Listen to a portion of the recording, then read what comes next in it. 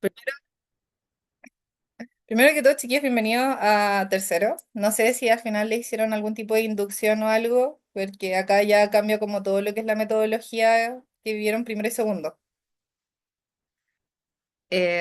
Para partir, la semiología va a ser como el pilar de todo lo que va a ser la clínica. Y finalmente lo que nos ayuda es usar como los síntomas y signos para ver manifestaciones de esto y ver síndromes. Generalmente en semiología lo que vamos a hablar es como de diagnósticos sindromáticos más que cualquier cosa porque están ustedes recién partiendo a identificar síntomas y signos. Y generalmente la semiología nos va a ayudar como a llegar al diagnóstico sindromático y eso también llevarnos como una línea de tratamiento a una sospecha diagnóstica. Aquí como definición importante es que los signos van a ser las manifestaciones objetivas que son generalmente descubiertas solamente por el examen físico, a través de la inspección, palpación, percusión y auscultación. Esto también, un signo va a ser, por ejemplo, eh, el tomarle la presión a alguien y que usted objetivamente van a poder decir, o la presión está alta, o el hecho de, al tomar la temperatura. Eso también va a ser un signo.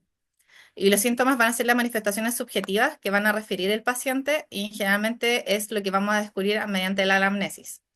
Y el síndrome va a ser el conjunto de síntomas y signos que se relacionan entre sí y nos van a dar como una idea de lo que puede ser. Acá súper importante que cómo vamos a llegar al diagnóstico sindromático, el 50% de esto lo va a dar la anamnesis. Realmente va a ser el pilar, es lo que es la atención al paciente.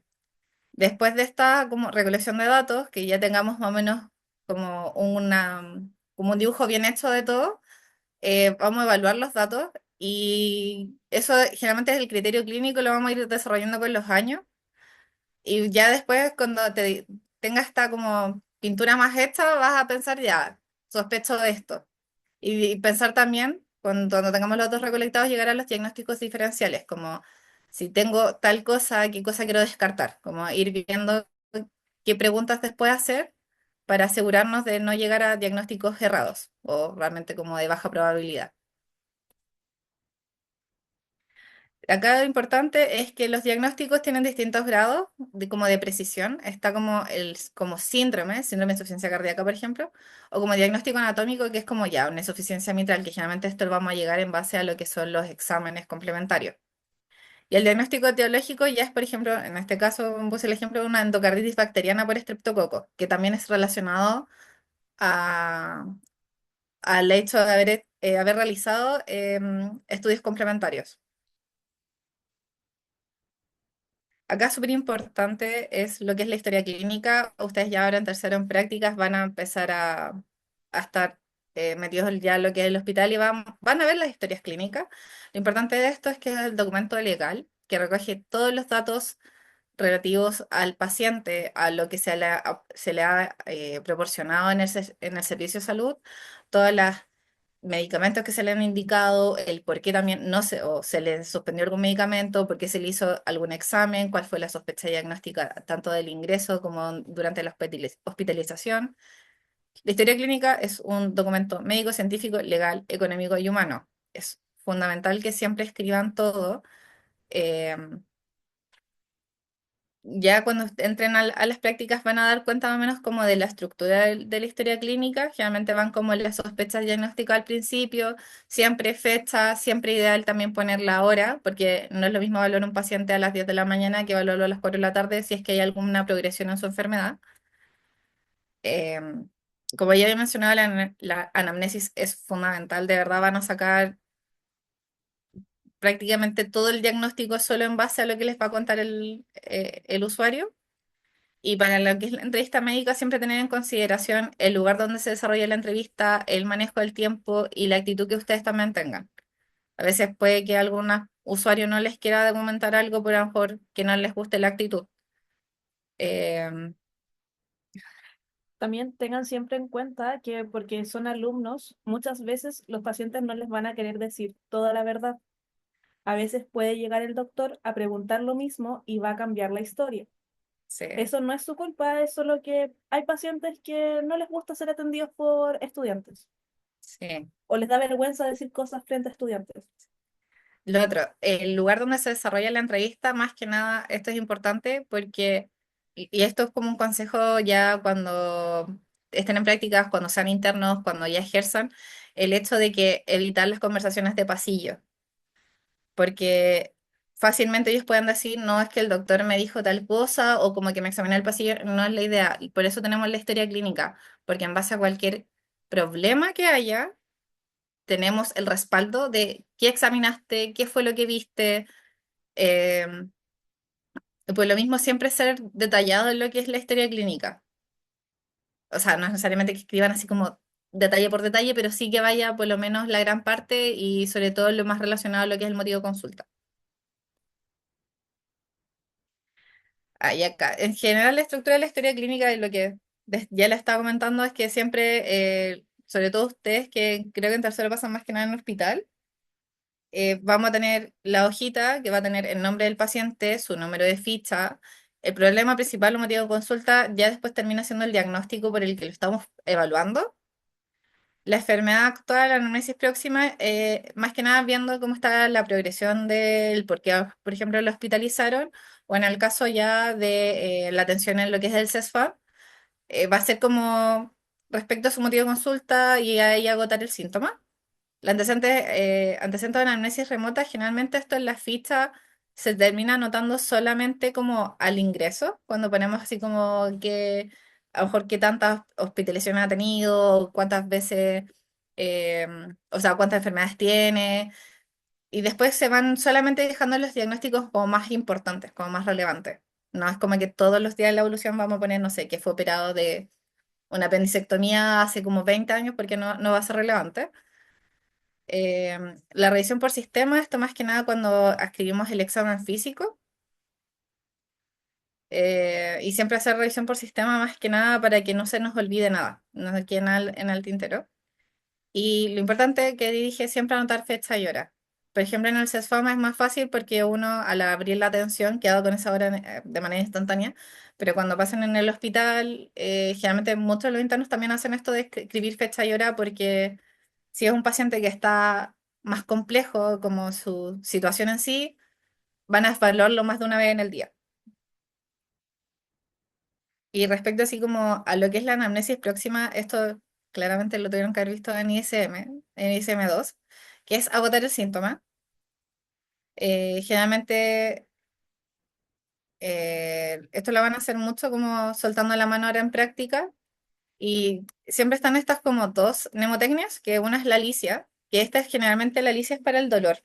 Es como una mnemotecnia más como para el tema del dolor, como cuando apareció, dónde es el dolor, si se está irradiando a algún lado, cuáles son las características, si son punzantes, si es opresivo, la intensidad que muchas veces nosotros usamos eleva, que es del 1 al 10 y uno siempre le explica, así como uno, nada, así básicamente muy poco dolor, y el 10 siendo el peor dolor que se puedan imaginar. Agravante atenuante, siempre es importante preguntar por síntomas acompañantes y cómo ha sido la evolución como para ir pensando ya después, les va a pasar que van a empezar a pensar como en diagnósticos diferenciales.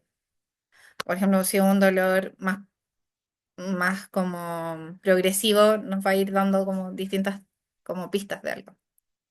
Y la otra que también se usa harto, que es muy similar, es el Old Cards, que es básicamente lo mismo. Ahí realmente, aquí es como más que nada para ir soltando y que no se nos olvide nada.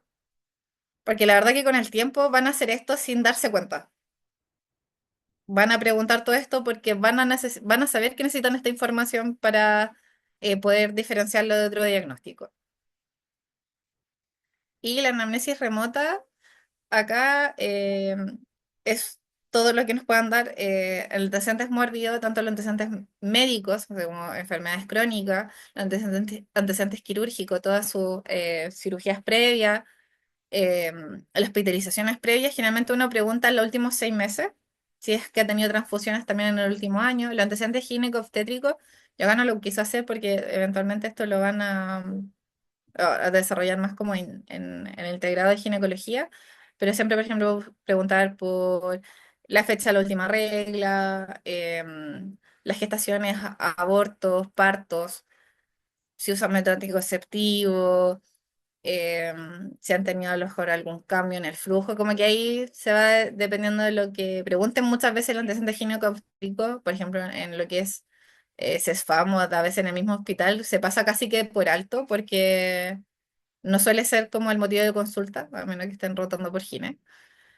Si no, realmente se pregunta muy poco. De los hábitos, el tabaquismo que pueden sacar el índice paquete año, la ingesta de alcohol, realmente aquí preguntar así eh, como temporalidad, como más o menos cada cuánto tiempo es, preguntar, eventualmente tratar de usar algún tipo de medida, ya sea como un vaso o una copita, porque no va a ser lo mismo que nos digan que se toman un vaso de 500 ml a que se toman una copita. Si usan algún tipo de droga, el tipo de alimentación, aquí importante, por ejemplo, si es vegetariano, omnívoro, si a lo mejor es celíaco, el tema del ejercicio físico, los hábitos de micción y el hábito defecatorio, los medicamentos, siempre importante preguntar por el nombre, la administración, la frecuencia y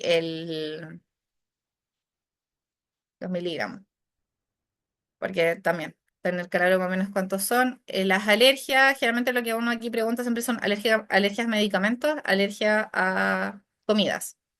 Como que fuera de eso, se nos da por alto los otros tipos de alergia, porque que te digan alérgico al polvo no te va a ayudar mucho como para la atención.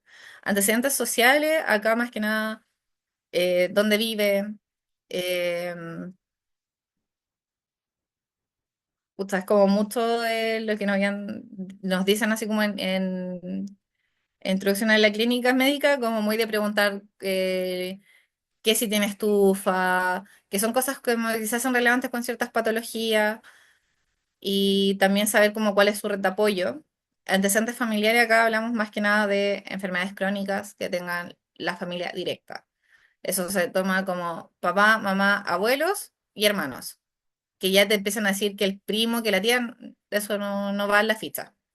Inmunizaciones, más que nada en el caso de los niños, de adultos mayores, que están como con el calendario de inmunización del MinSal. Y la verdad que esto era como esta clase, por lo menos.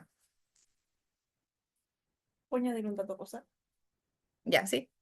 Un dato rosa es que los medicamentos es importante que los pregunten porque muchas veces los pacientes se confunden en como la administración o que dicen como no, si yo me tomo uno nomás, pero ustedes ven que, no sé, doctor les dejó, no sé, un losartán cada 12 pero ellos se toman uno. O dicen como no, es que me tomo este medicamento para no sé, para el colesterol y al final, no sé, es una metformina. Entonces es importante que se los pregunten a pesar de que ya esté registrado para saber cómo el paciente se los Mm, toma. sí. Y lo otro que también, aunque les digan así como no tengo ninguna enfermedad crónica, preguntar medicamentos. Siempre pasa mucho que te dicen, no, yo soy súper sanito, pero tomo los amlodipino, torvastatina, metformina y uno así como ya. Empezar a preguntar también por qué los toman cuando, por ejemplo, no hay claridad. También pasa mucho que uno ve pacientes que usan aspirina que no tienen, que no tienen indicación médica. Muchas veces porque vieron en la tele que la aspirina era como un cardioprotector para ellos y toman aspirina.